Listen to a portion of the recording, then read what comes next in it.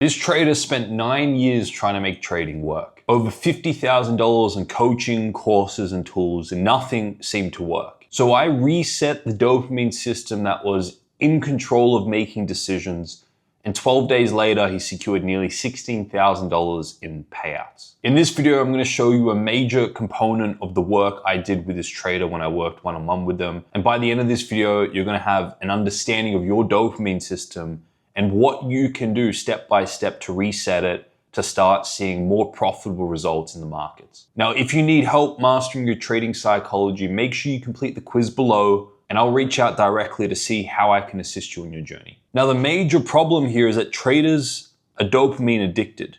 They're not process addicted. And what traders often chase on the individual trade is they often chase a win. And when they experience a win on the individual trade, their brain literally releases dopamine, oxytocin, these feel-good chemicals, and there's this good feeling that's associated to this particular outcome. And that's what traders ultimately go off chasing. They chase the feeling they have when they achieve said outcome of a win. Or a trader goes off and they chase being right and the feeling associated with being right. Or a trader goes off and chases success, their label of success and how that feels to be in that situation. Or a trader goes off and chases profit. But the issue here is that the market is not one-sided. The market doesn't just contain wins, being right, success, and profit. The market's two-sided. So the more traders go off and chase wins, being right, success, and profit, they attract painful losses, being wrong, failure, and loss. And of course, they don't metaphysically attract this.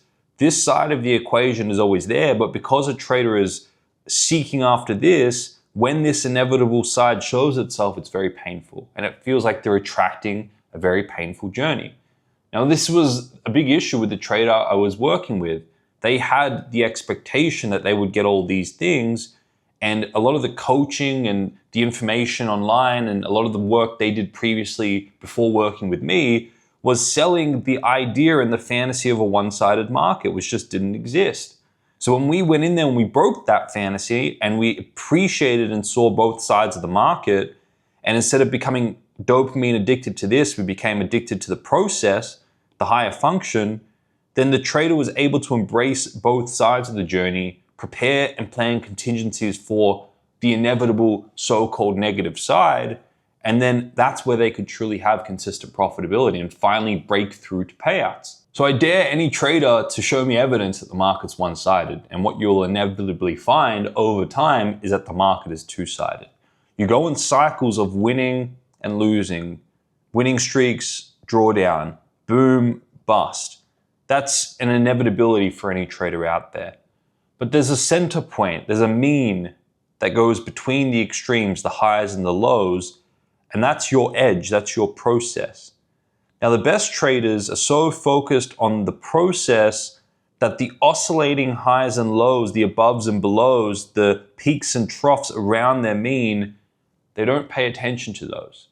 The only reason the peaks and troughs, the wins and losses, the highs and lows are pleasurable and painful is if a trader becomes dopamine addicted to the win, the positive polarity, and then they attract that painful negative polarity.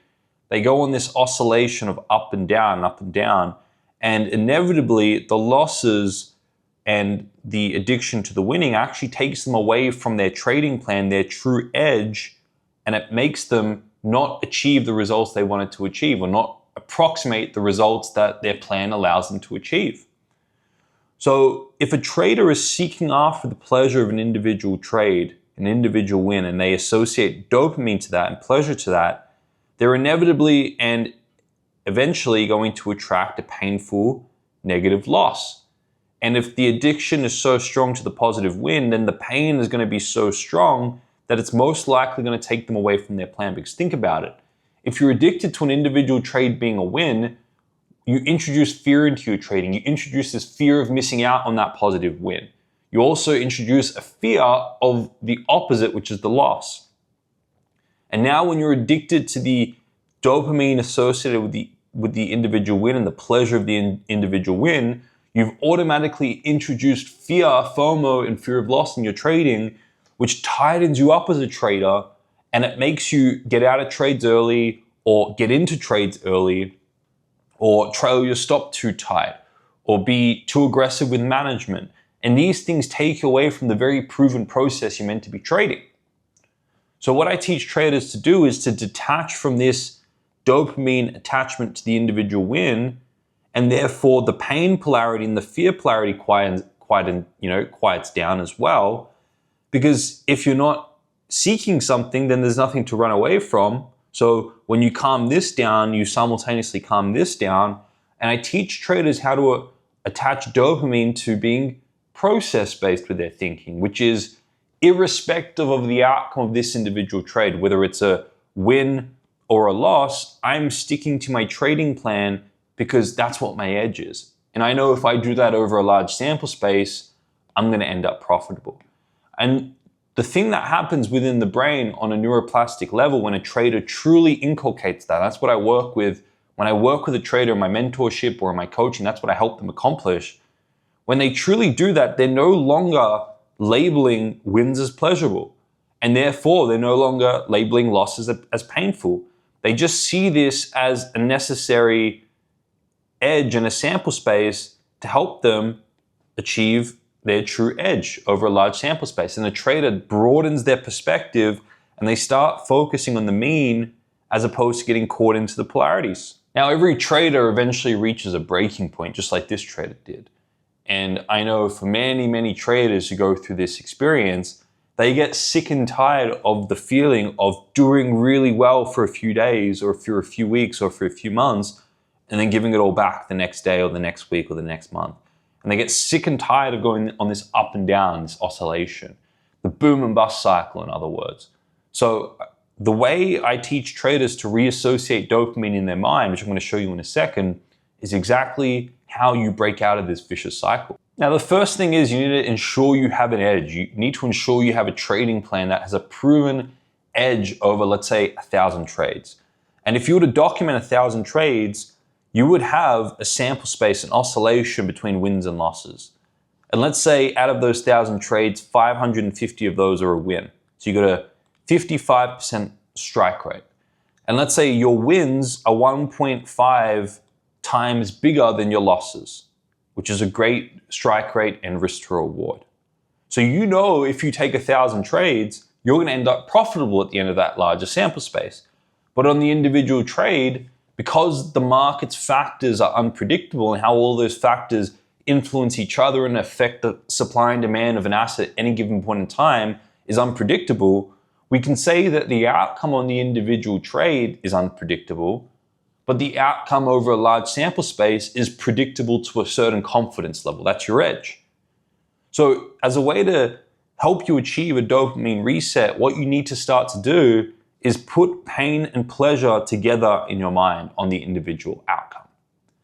And what traders do is if they take a win on the individual trade, they experience a cycle of pleasure for a little bit until they experience their loss, the next inevitable loss part of the sample space. And then they experience a pain cycle. So they go oscillating between pleasure and pain. But if we're to take that and look back at that at the end of the 1,000 trades, you'll see there's an oscillation between pain and pleasure. What I teach traders to do is to put pain and pleasure together in that moment. Because if you separate pain and pleasure, that's what creates the oscillations. Because then you become addicted to the win and you try and avoid the loss, because you become addicted to the dopamine feeling you experience in the individual win, and you try and avoid the dopamine withdrawals you experience in the loss. And the more you try and separate the inseparables, the more you create volatility in your trading. But if you put those together in that moment and you realize that every time you win, there's a pain to that and a drawback to that, and every time you lose, there's a benefit to that and a pleasure to that, then you don't separate the inseparables. You keep them together, and that's what allows you to transcend to a process-based state of mind. So let me elaborate on this. Let's say you have a sample space of wins, loss, wins, loss, loss, wins.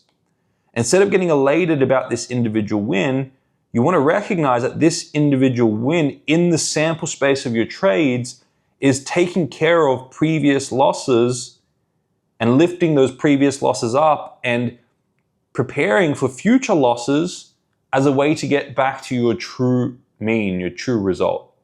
So to get elated over that individual win is foolish, because in the broader sample space of your edge, it's just it's pushing up previous losses and future losses to get back to your mean, your center edge. And to get depressed over an individual loss is foolish, because that loss is, averaging down your previous wins and your future wins to give you your true edge. So to get elated or depressed respectively over wins and losses in the individual trade is an indication that you have a narrow perspective and you're focused on the individual trade, and you're associating dopamine to that individual win as opposed to broadening your perspective. So every time you take a win, you need to associate pain to that on the individual trade to make you realize that actually that individual win is just taking care of previous losses and future losses to give you your true edge. And don't get addicted through an anchoring effect to that feeling of that high, because most likely that high is going to get knocked down a little bit to your true edge. And every time you experience a loss, you want to associate a pleasure to that, because that individual loss is averaging down previous wins and future wins. So I know many traders, very experienced traders, who welcome a small loss every so often, because that loss reminds them of the reality of the market, the risk in the market, the importance of their trading plan, and it humbles them from this state of invincibility, thinking that they can just predict anything and everything will happen as they think in the market. So they enjoy a loss every so often because it reminds them of the unpredictability and the risks in the market, and therefore the importance of their processes. And of course, a trader doesn't mind a win every so often because it reminds them of the opportunity, the potential in the market. So the wins and losses, it's important to broaden our perspective. Now, if you've really zoomed in, you're going to get elated or depressed. But if you broaden that perspective and you think and you keep your larger sample space in your mind, then you can dampen those volatilities. And guess what? You don't associate dopamine to the individual win anymore. And therefore, the individual loss isn't as painful. But now you have a broader perspective and you're associating dopamine to sticking to your process over a large sample space.